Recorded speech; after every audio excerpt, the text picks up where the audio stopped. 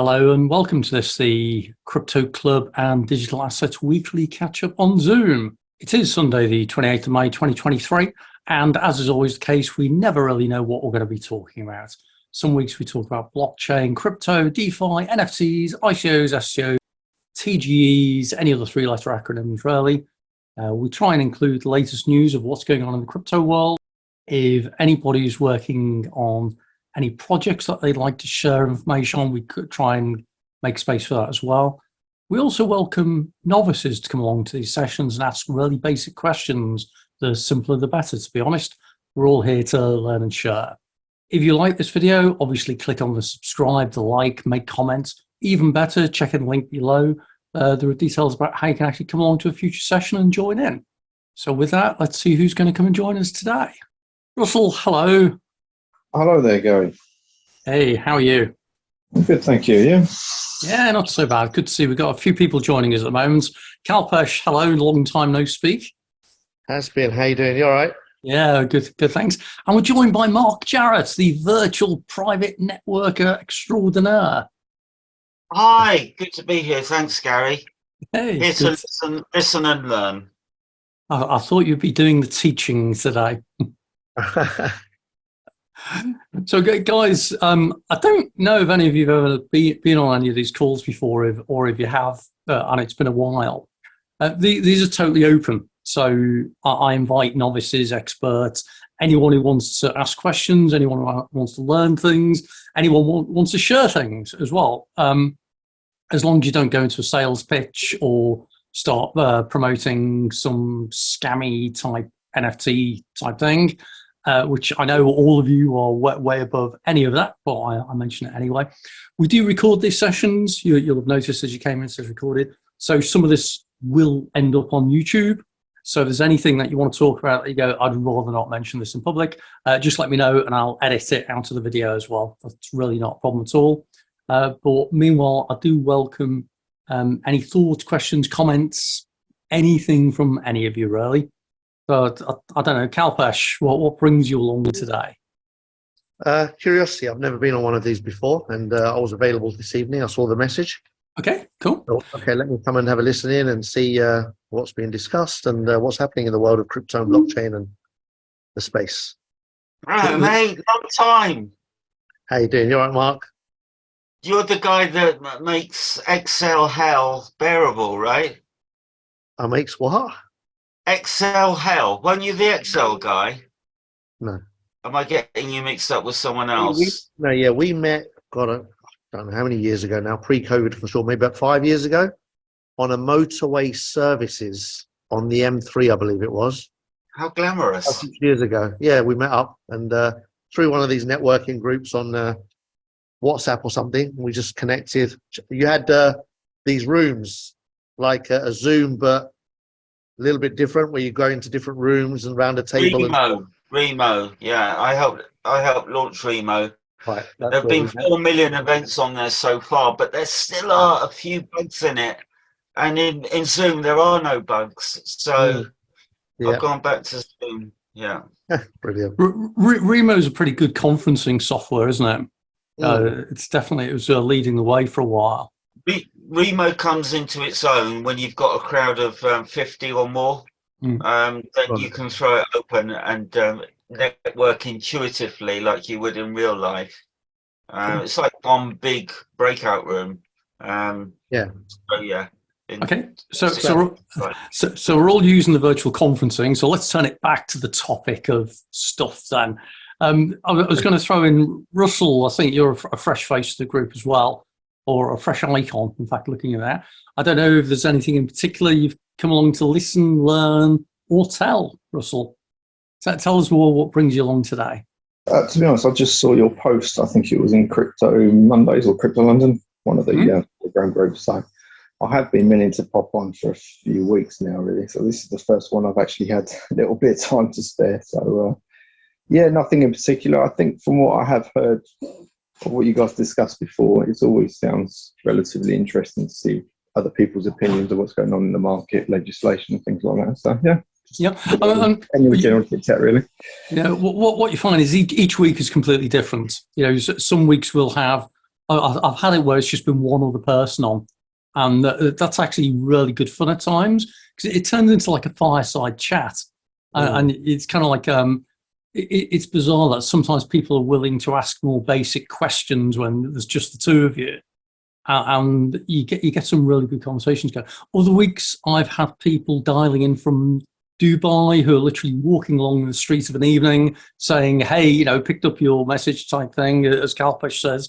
Something. I had someone else the other week who was in the departure lounge at Terminal 5 at Heathrow who said, I've just got an hour to spare before my flight goes and saw your call was on, saw you put it on a Telegram group or a WhatsApp group, just thought I'd come and join, And I think he was the head of Binance for Abu Dhabi or something as well. So it's like we get all sorts. And I had someone on a few weeks ago whose name escapes me now, and he's quite a famous person in the Bitcoin world.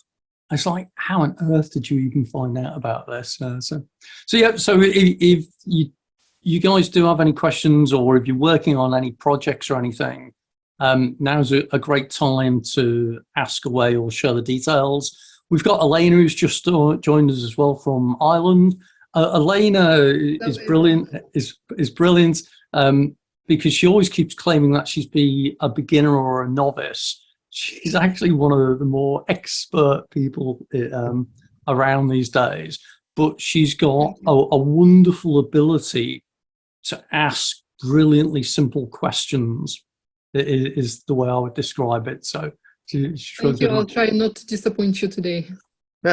I'm setting you up here to definitely do on that. So definitely. So yeah, and Elena's one of the recent, I guess you call it a recent graduate of University of Nicosia's Introduction to Digital Currencies course as well. Is that right? Yeah, it was overwhelming, the amount of information, and I think during the summertime, I'm going to sit down and go through it again to be sure.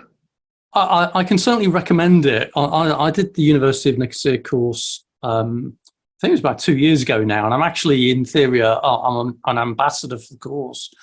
And I found that I learned a lot of things about it, which, considering I think I know a fair amount about this space, it was great to actually learn things, and it really pushed you. And as Elena says, there was a lot to take in with guest presentations from the likes of Andreas Antonopoulos, who's something of a legend in this space as well, and some other good speakers. So that's good. Cool. Is that an online course, or was it a physical attendance? It was, yeah, good call, Kalpesh. So it was what's called a MOOC, which is one of these massive online courses, wherever they are.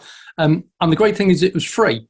So it lasted, I think, about 12 or 13 weeks.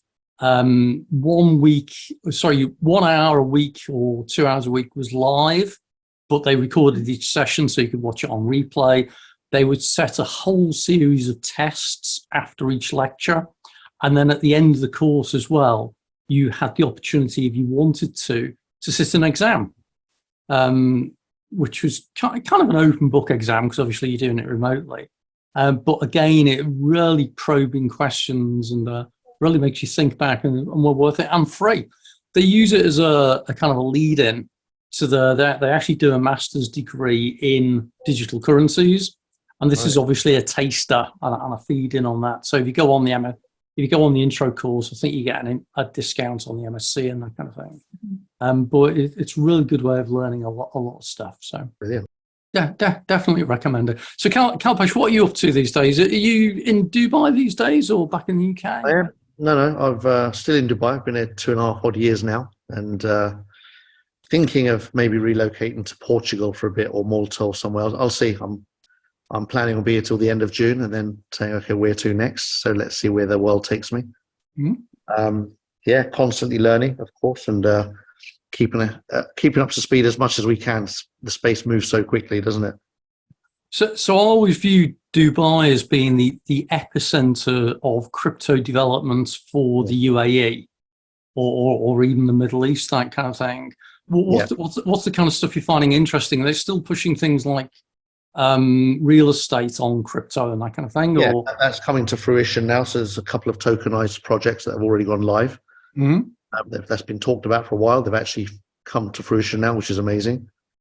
So I believe they're one of the first countries in the world to really embrace blockchain into the whole governmental structures as well. So Dubai is committed to going paperless by 2030. They're almost paperless now, to be honest.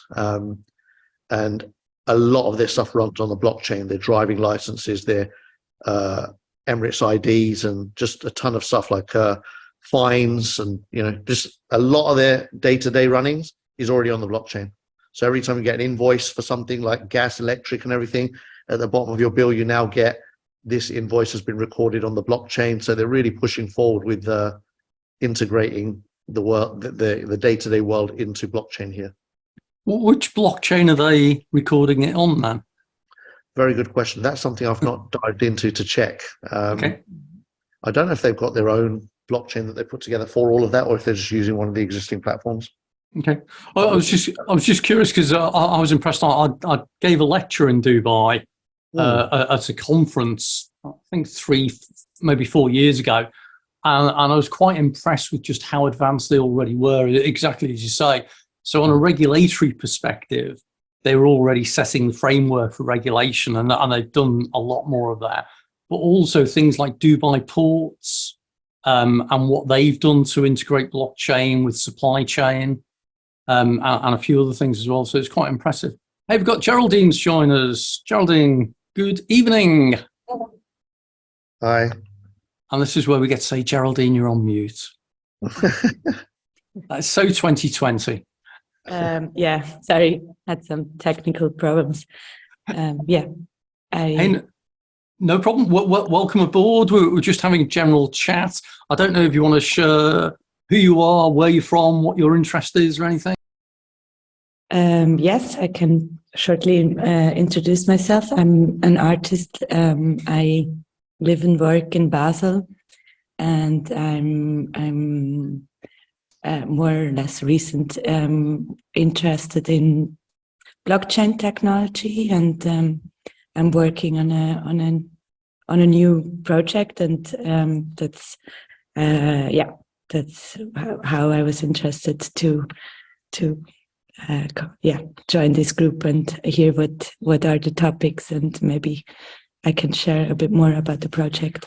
Great. Well, that's fantastic. And that's what this group's all about. It's about learning and sharing.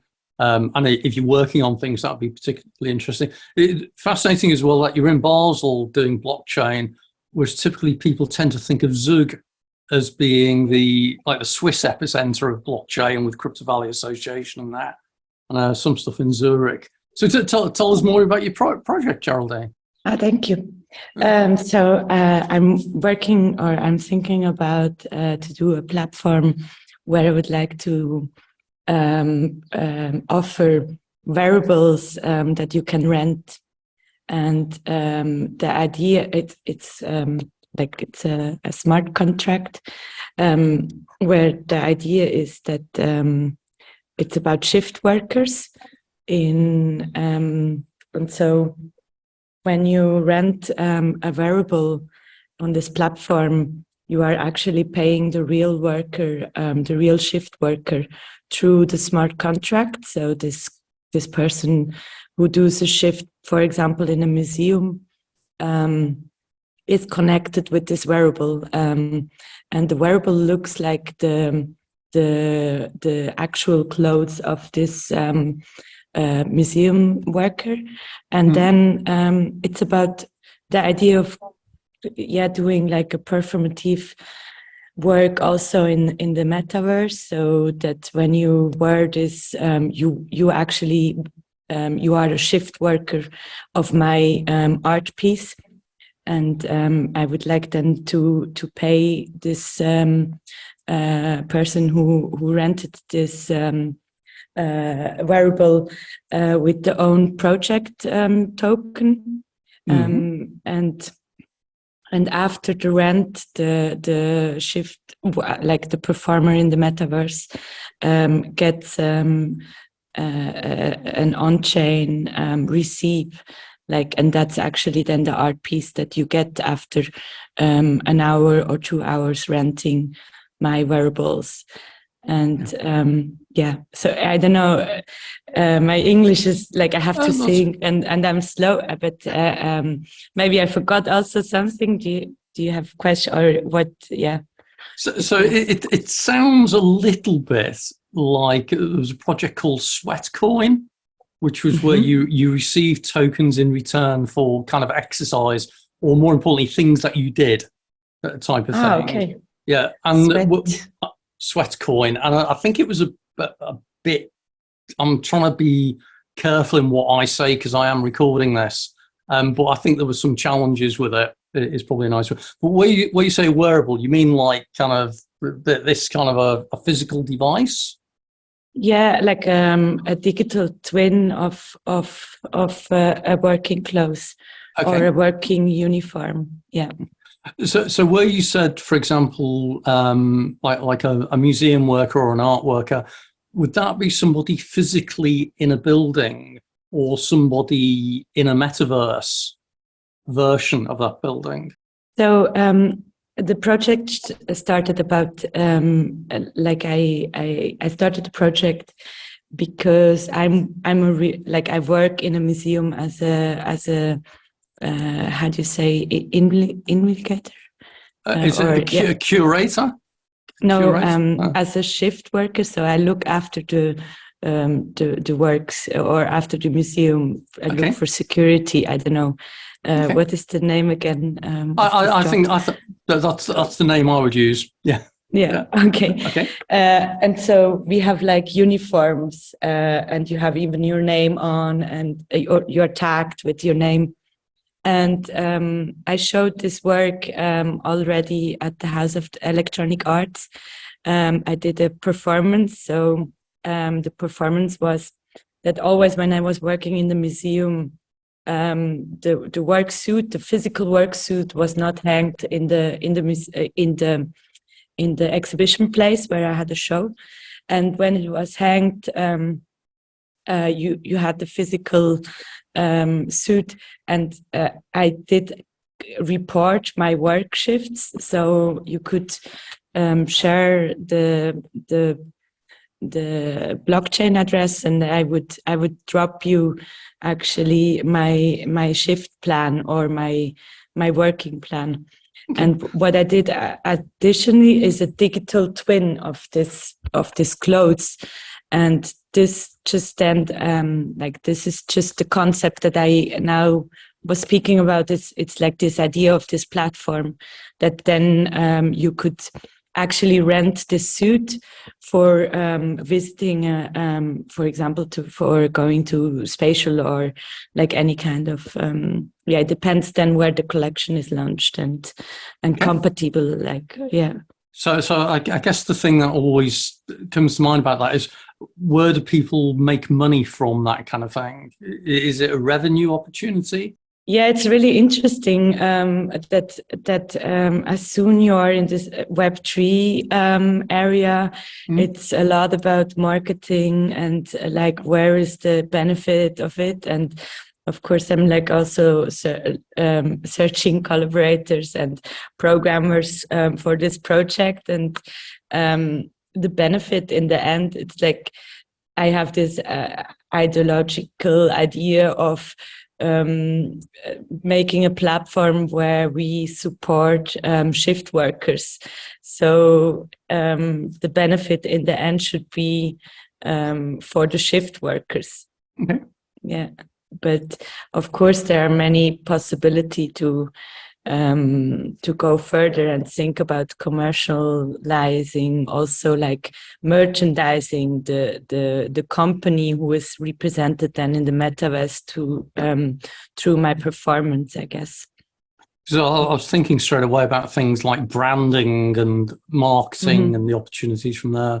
That's interesting. I don't know. Mark works in many communities of many networks. I don't know, is this an area of overlap with any of the things that you're involved in, Mark? So I've got to be honest with you, when it comes to the metaverse and Web 3.0 and crypto, I agree with Warren Buffett.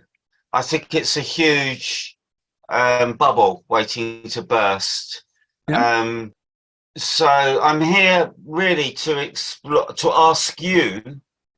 My son has given a gentleman called Richard Hart quite a lot of money for his block. Hexcoin. Hexcoin? Yeah.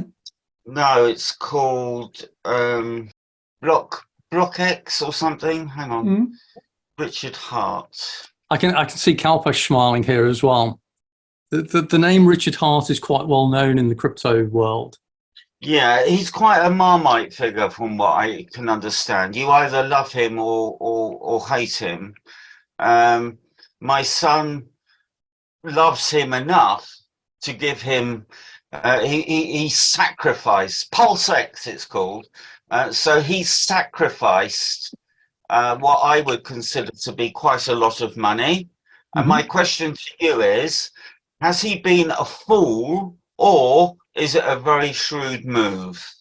I'll offer straight away my caveat that I really should have in big letters at the top of anything I talk about. I don't offer financial taxation or legal advice, and I don't offer recommendations about investments or whether things are good or bad. If I know something is definitely dubious, I will certainly flag it up. But I'm mindful as well that what might well appear dubious may not actually be dubious. And so you have to kind of say things carefully, is probably the easiest way of describing it. Whether he's made a good investment or not, it's kind of interesting. I don't know if any of you are following the UK government stuff on crypto at the moment, but one of the Treasury Select Committee, I think it is, has just published a paper where they're recommending that we actually treat cryptocurrency not as a financial device, but as gambling. And it's been really, really funny because most of the crypto people have got really upset by this and saying, you can't call it gambling, that's dreadful, blah, blah, blah, blah, blah. Whereas the reality is anything to do with any money in any way, whether it's crypto, pensions, investments, shares, it's all gambling. It's all, you know. Do you know who the highest paid CEO in the UK is? Denise Coates took home £220 million last year. She's the CEO of Bet365. It's great that she's a woman, but it leaves a slightly bitter taste in my mouth because I used to be a compulsive gambler. And these gambling companies make their money on the back of misery, basically. Yep. So I'm in two minds about that. But the fact that she's a woman is great. So it comes back to your question about investment. And I always say that the only difference between investing and gambling is the taxation treatment. Beyond that, there's actually no difference.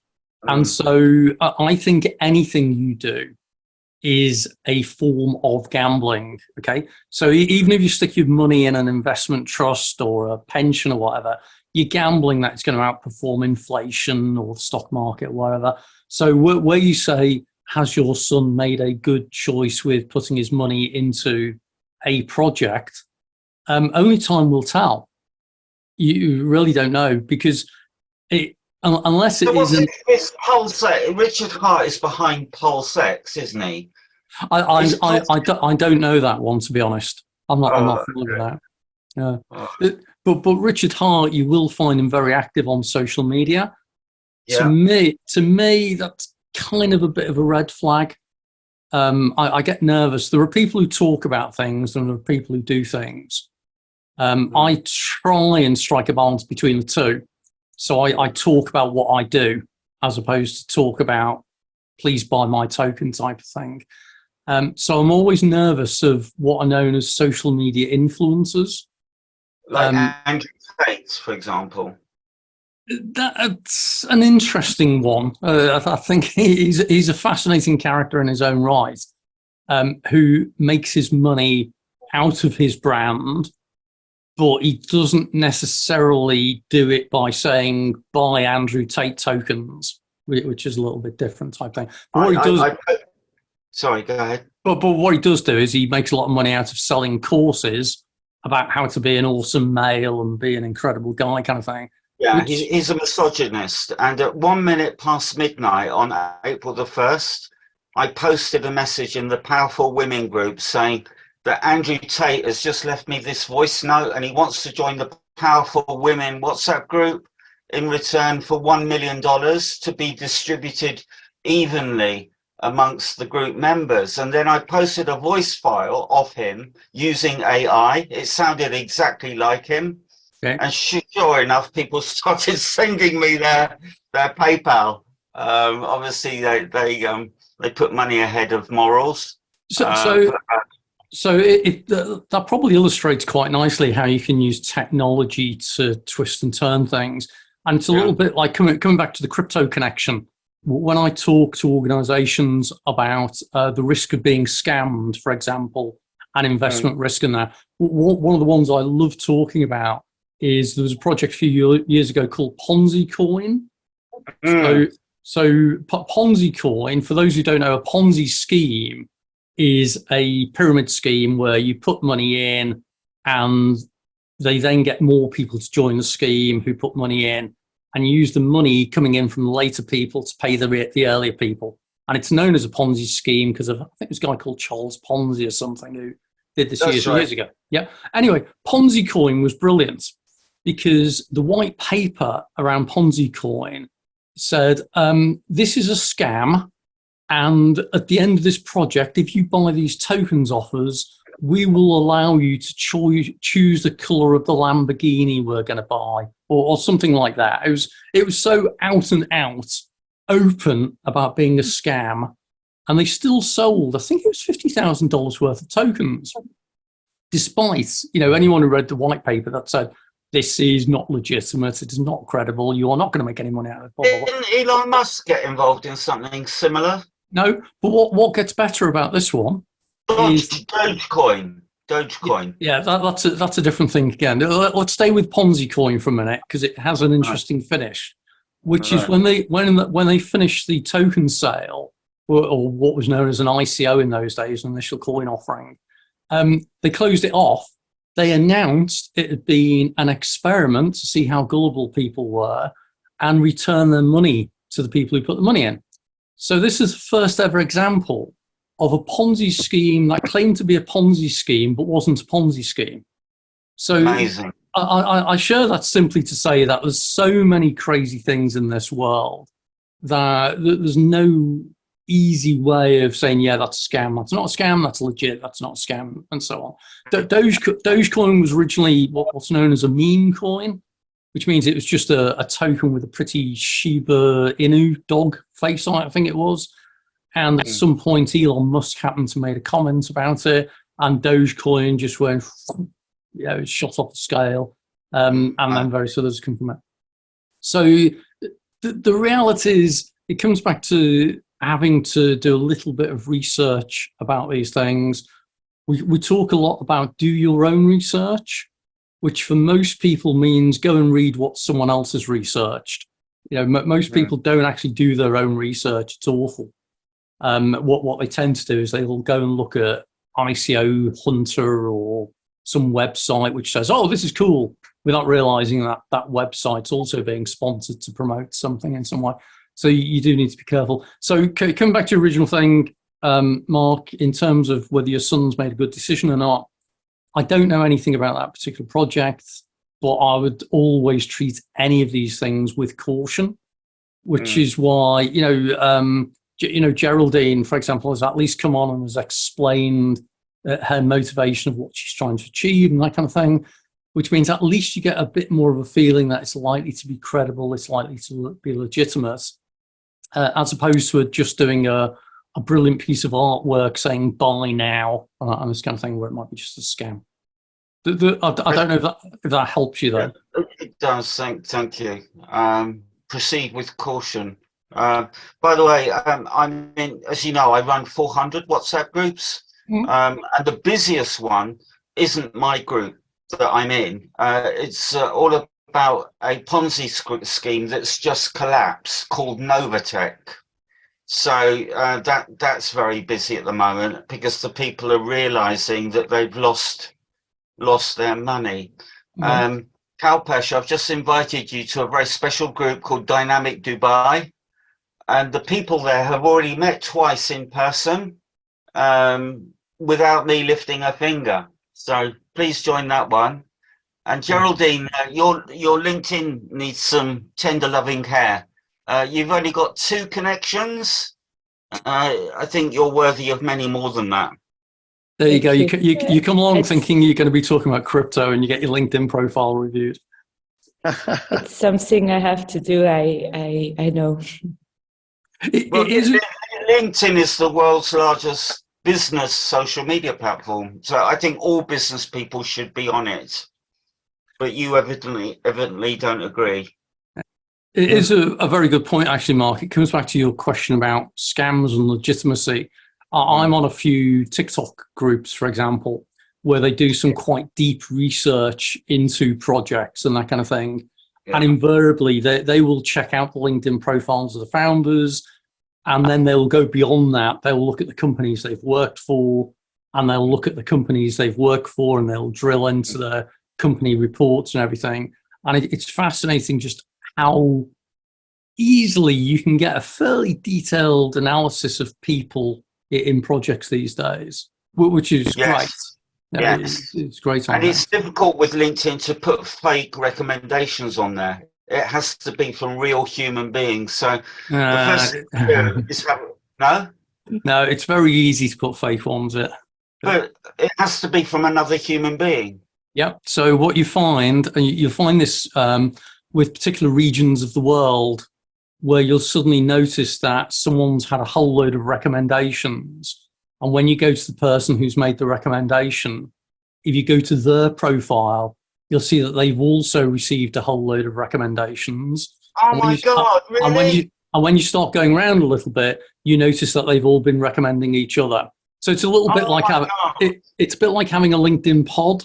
You know, the way people get together to promote their thing. It's exactly the same as that. Yeah. So it might be human beings as opposed to bots, but that doesn't mean that the recommendations are any more credible. Sorry, Kalpesh, you were going to say. No, I'm saying it's just people colluding with each other to create an image of some kind, right? Yep. Yeah, elaborate. Oh my God, that's so sad. Isn't it? Make it real. So that's where it comes back to how can we use blockchain to build credibility with networks. And that's the whole thing about LinkedIn, as you say, the biggest business social network around. But even with that, you don't always know the credibility of the people on it. You do get fake profiles being created. It's not that difficult to create a fake profile, which is why sometimes if you see a crypto project and you check the LinkedIn profiles, they just don't quite feel right. There's something not very authentic about them. You know, the very fact that, you know, you look at a CEO's resume and they've got 30 years of experience across a wide range of international organizations, and yet the profile was only created last month. And you go, that's interesting. Did they lose the previous one? So this is where, again, there's a couple of projects around building social media network platforms on blockchain with collaboration of smart contracts and oracles and that, to actually have authenticated, valid network details, which can be proved and can be legitimate and everything. So there's nothing that's live as such yet, I don't think.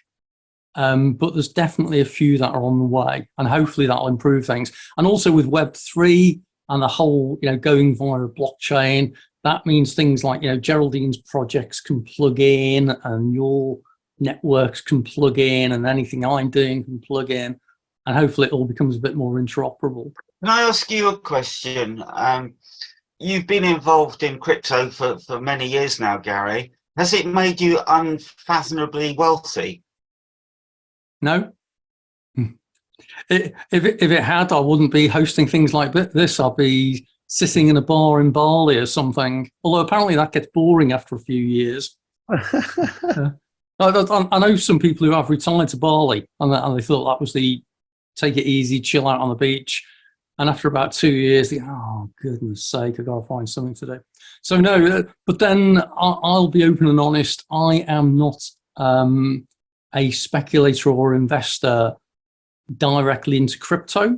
My interest is the technology that sits underneath it. And so I get involved in things like the blockchain layer.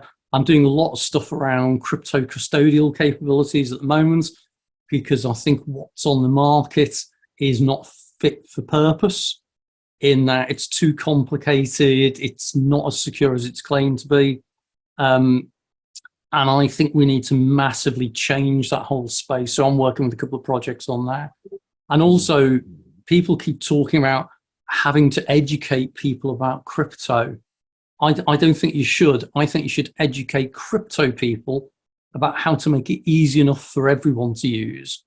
And then you get mainstream adoption once it's regulated a bit more. So the challenge with that, I get it, the challenge with that is that then it has to be centralized. That's the only way it's going to work. As long as it's decentralized, the nature of decentralized means you're dependent on people knowing what they're doing. Not necessarily, though. You look at that, there are decentralized capabilities that are intuitive to use. You know, in fact, you don't know whether they're centralized. I'm trying to think of something at the moment. I mean, the one that isn't decentralized that I do talk about is touch to pay. So touch to pay on a mobile phone or whatever, you go through a tube station, you touch to pay. At no point when I went on the London Rail network was I trained in how to use that. It was just completely intuitive. And so I think we just need to get to that point. And whether it's centralized or decentralized shouldn't make any difference. The reason it makes a difference is because when you talk about touch to pay, it's linked to a banking system who took care of all the headache. Yeah. There is no banking. That's what I'm saying, that, you know, if you think about blockchain and crypto in its purest sense, it's decentralized and there's nobody controlling it. Yep. For somebody to make that part happen, they need to take control of it. And so then you've got a centralized version, which will come anyway. It's inevitable, because the masses will only come in when it's centralized and the government says, hey, this is safe. As long as that isn't the case, that's why we've got less than 5% adoption after 14 years, which doesn't make any sense either with such an amazing technology. People like getting this bubble like it's a really big thing. It's not a big thing at all. It's tiny. So I was going to offer something in terms of timescales, because I keep seeing, funnily enough, on LinkedIn, people saying, oh, you know, how come blockchain's not taken off type thing compared to AI? So, you know, everyone now is talking AI, whether they're talking ChatGPT or Google Bard or whatever, they're all talking about it. What they don't realize is that AI started in 1954. Yeah. So it's actually a 60-plus-year-old technology now. Is that it's nearly 70 years old. You know, whereas blockchain, as you say, you know, with the Bitcoin white paper 2008, 2009. But blockchain was been around since the 90s. And as soon as the internet was around in the 70s. Yeah. So all of these things take some time, but the difference with all of the previous was they are still controlled. And this is the first time something's coming into the world that the controllers are not in control. And that resistance is not just going to come it's going to come from every angle. And so mass adoption will only ever happen with centralization. In the meantime, there's just this long, slow, laborious journey of visionaries and kind of outliers that are just going to be committed to the cause and breaking down those walls, one wall at a time or one door at a time. I think you're right, because the problem is that if you get involved in like crypto communities where they're all talking about decentralization and everything, there's so much in an echo chamber of their own that it's difficult. As you say, when you say, well, look, the crypto market is $1.1 trillion at the moment, which sounds massive, but in the grand scheme of money markets, that's like a day's trading or something. It's insignificant. So I agree that there's that. The thing you will get, though, is occasionally in some technologies, you get a kind of like a trigger point. So some event happens which fundamentally and radically changes people's perspectives almost overnight. And I think decentralization, you might see that, where, as you say, at the moment, everyone trusts centralization. There's a point at which centralization, the entire premise of it, something could happen that suddenly leads to a massive amount of distrust in centralization. And that's where you get this sudden, oof, it's a flip. And I don't know what it is. I don't know what will happen. But I just think there's that potential that could happen. And I agree with you. It does take something like that. And at the same time, unfortunately, the history has shown that when things like that happen, we still ignore it and carry on.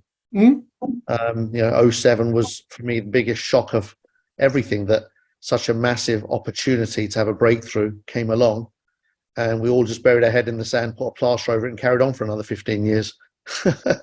I believe that there's, like a lot of people do, that there's another big wobble coming, and I'm hopeful that it's a big enough wobble to actually do that, and give people an opportunity to do something different. It is funny. So I guess you're referring to what's known as GFC, which is the global financial crash of 2007, 2008. And it's fascinating because what that resulted in was a whole range of new regulations which didn't address the cause of the original problem at all. So it's like, so all you've done, you put in new laws, new rules, but you've not actually done anything to address the problem. So yeah, an interesting space. So we're drifting around a little bit, but it's fascinating that when you get into the crypto world, you invariably end up talking about the non-crypto world as well, because there is that overlap. But I'd welcome any other thoughts or any other comments, or if anyone would like to add anything else. Elena, you're listening intently at the moment. Are you just in listening mode this evening? Yes, I'm in a listening mood. I'm not sure if I'm going to be adding any comments or insights. However, I've got a little question. As earlier we were talking about Ponzi schemes and scamming, and someone just mentioned that something along when a business is scammed. So I started thinking it's easy to scam a person. For example, they receive an email, click this link, enter your seed phrase, and receive a valuable NFT. How do you scam a business? How does it look like? How is it even possible? And what are the things to beware? So you remember up here I said I should write, I don't offer legal taxation, whatever. I also don't offer a criminal advice, okay? So anything I now say is not going to tell you how to scam a business. This is purely for educational purposes, okay? But there are ways of doing it. The really simple one, quite traditional, been going on for years and years, is you just send an invoice to a company. And if it's a big enough company, you just send an email saying, hi, here's the invoice for the business we did last month or the consultancy we did last month. You send out 100,000 invoices, 50 of them will actually get paid, because some companies have got abysmal invoice processing systems. So some of them are absolutely dreadful and they won't actually pay the invoices they should do. But for some, that can be quite an easy way of getting money out. Or you do something like you send an email in addressed to everyone in the company to say, hi, it's Gary, the CFO here. I've had an accident. I'm out in Portugal at the moment. I was out motorbiking. I fell off the bike. But the authorities won't treat me until you cable some money to me. Can you please transfer some from the company funds immediately? And that happens. And so occasionally they'll get scammed for typically fiat money around that. And in fact, if you work for a company these days, they actually have scamming tests every so often where the security department or a third party will actually send fake emails around to see who replies to them. And the thing that you can do with an email is, first of all, you can put something in it which shows if someone's actually opened the email. So that's a handy way of finding out if an email address is genuine or not. So that can be quite useful. But then you do get it. I was working for a company, in fact, where they had exactly that scenario. That it was the CFO of the company allegedly had an emergency and needed the company to transfer some funds. Or the other thing is, we're just about to complete an important business transaction. I know that you would normally pay this amount into this account. please pay it into this account because the client's got some problems or whatever. So there's loads of ways of scamming. As I say, please caveat, this is purely educational purposes. And this I feel educated already. I was like, wow, okay. The other one I don't educate is on how to do money laundering, but there's some great ways of doing money laundering as well. But yeah, I do have to be careful of that, particularly because I give presentations to financial firms at times. Wow. So yeah, there are all sorts of ways. The other one, coming back to the crypto world, there are companies at the moment, I was speaking about one a few days ago, where what you can do with crypto wallets, well, probably everyone on the call knows that a crypto wallet has got a public key, which is effectively like its bank account address, and a private key, which is the thing that gives you access to the account, allows you to sign transactions and that, and the seed phrase. And the seed phrase and the private key are linked to each other. So just a quick distraction though. I was running a conference the other week around cybersecurity and disaster recovery. And partway through the presentation, my laptop suddenly said low battery, which is exactly what just happened then. And so I had to explain I was having an emergency. The thing that you can do with private keys is obviously you can secure them, you can lock them away, this kind of thing. If you're a company, you might have what is called a multi-sig capability, which is where you need several people to sign against a transaction. Multi-sig can be compromised. There are ways around that. And so the firm I'm doing some stuff with have introduced a thing that uses a thing called threshold signatures, which resolves a lot of the multi-sig problems. But if you've got a company where it's a single wallet looking after a crypto asset, then again, you could always send them an email to say, hello, it's Binance here. We've had a security breach. And we just need you to log in immediately and change your password, please. And here's the URL that you click on. Companies and individuals fall for that.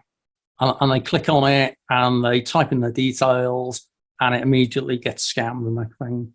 So there are all sorts of ways of scamming. Maybe I'm on the wrong side. I should wear a black hat and not a white hat. So I know a few of these. Does that answer the question, Elena? Yes, thank you. Of course it does. Sorry, so let's open it back up again. I don't know if anyone's got any other things they'd like to share or anything like that. While we're here, I would mind, Gary, if you don't mind, because you've been around the space a lot longer than I have. What are the main sites you would recommend for real evaluation on which cryptos to follow and which ones to avoid, kind of thing? Is there such a space? Yeah, actually, you've nudged me. That Elena, a few months ago, I think it was now, asked me for a list of sites and that kind of things to read up on and look at and that kind of thing. And I actually reached out to a few people and I pulled in my top 3 list of YouTube sites, WhatsApp groups, and various other things. So I think in terms of for news and views, Cointelegraph is worth skimming over simply because it tends to be quite up to date. Likewise, CoinDesk, they both seem to produce some quite good news. I'm in a number of Telegram channels where you get alerts and that kind of thing coming on. In terms of doing research around projects and that, I tend to actually go to the websites of the projects themselves and take a look. Again, it comes back to do your own research, means do your research, not go and read someone else's research. And I get that. And that will boil down to the depth of understanding one has to be able to do your own research, as well as the amount of time that one is able to dedicate to each and every single thing that comes out. So oftentimes using other people's trusted opinion, I guess, speeds up that journey. So and this is where you got the challenge then of how do you know who to trust. Correct. And this is something I found very challenging in the technology arena, that you can go to meetings where you'll listen to people, and because they're willing to stand up and speak loudly and confidently, you assume they know what they're talking about. And it's not until you actually quiz them a bit further that you realize they have not got a clue. but they're viewed as experts, and that's why. That's 9 out of 10 people anyway, isn't it? So Hence why I thought if you've been around the block for a while, you might have filtered some of those out and identified a couple that have been consistent. And I am so good at identifying who knows what they're doing that I don't trust me anymore. No. So the other one worth checking out, give him credit, is Guy from Coin Bureau. So Coin Bureau is a YouTube channel. Guy produces a lot of material. I think he... You've lost your sound. Oh, where's he gone? Dropped off. The battery went dead. I'm sure it did. Yeah, Kalpesh, Russell here, mate. There's quite a few of them out there, reliable sources you can go to. You're just going to have to sort of trawl through them, really. I usually go to the ones that usually make a good statement to start off with. That's no financial advice and stuff. But on YouTube, there's some good ones out there. Okay.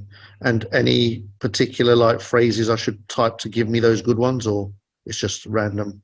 You'll come across them. You'll know straight away which ones are reliable. It's quite obvious from the get-go when you start viewing their videos and stuff, whether they're genuine or not. A lot of them will have some pedigree in the industry, i.e. they have a reputation. Cool. You know, but those are the ones I'd probably stick with. Thank you. Good. What do you do, Russell, by the way? I work in gaming. I'm a founder of a project that or gaming platform in the Web2 and Web3 space. Do you mind if you telling me a little bit about that? Yeah, so we're called 8-Bit Arcade. I started the project a few months ago now, and we're just in the beta phase of testing our platform, which hopefully should go live in September this year. But it's mainly based around indie game developers, so people that have small teams that just, I don't know if how familiar you are with gaming. You've got your AAA gaming studios who develop multi-million-dollar games, and then you have independent game developers who are basically your backroom students who can create a game to go on a mobile app or something. So yeah, those are the sort of gamers that we're trying to sort of incubate on our platform, provide them a platform where they can showcase their IP and hopefully help them grow their games, really. Interesting. I've got a friend here in Dubai who is building out quite a clever little concept. He has managed to somehow, I don't know if it's a collaboration with or how he's done that, but he's got, so he's taken the top 10 most popular games in the traditional world, like Angry Birds and Candy Crush and those kind of games, and he has Shiba-fied them all. So he's got Shiba Crush and Angry Shiba and a whole list like that. They built them all out, so the gaming experience is pretty much the same as those very popular ones. And instead of paying to play, here you will earn tokens to play. So flipping the model around so that you're not just playing and pulling money out of your pocket to get to the next level, unlock something, but rather you're playing the most popular games in the world already and getting rewarded for them. Yeah, so they call it play to earn.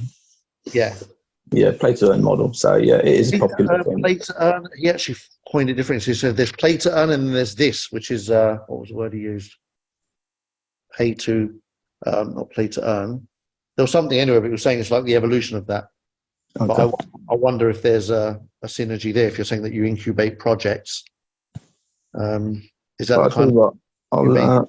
If I post my LinkedIn, hold on, just give me a second, let me pull it up. I'm doing all this on my phone, so I do apologise for this. That's right. While you're doing that, I'm just really impressed. I actually fell offline then. Don't know if you noticed I disappeared, and you folks carried on, which is brilliant. I like that. And I rejoined. It's like, oh, this sounds like an interesting meeting to join. Brilliant. A good one. Excellent. Well, this is a nice thing as well. Like sometimes you get these incidental things of, oh, you need to speak to someone and you need to speak to someone. And again, Mark is a bit of a star in the whole networking and connecting people and everything. But it's nice when you're actually in a meeting and it happens real life. So there you go. I've posted my LinkedIn links for you. All right. Reach out. Thank you. I've got a gaming group all about the gaming industry. So love to have you in that. Yeah, by all means, send me a sort of an invite. Is that Telegram, Mark, or is that on something else? What's Telegram is actually superior to LinkedIn, but there are 2 billion reasons why I'm sticking to LinkedIn. That's all right. Well, if you want to send me a message in LinkedIn, and maybe if you want to send me some further invites to other groups you've got, I'm more than welcome to. Thank you. Folks, I get the feeling this is probably a good time to finish for the day, as we're actually coming up on the hour. I always try and cut these off at a time, because it's time to go to sleep for many people. I'm getting Kalpesh, I guess it's what, 4 hours ahead, is it, in Dubai? Is it?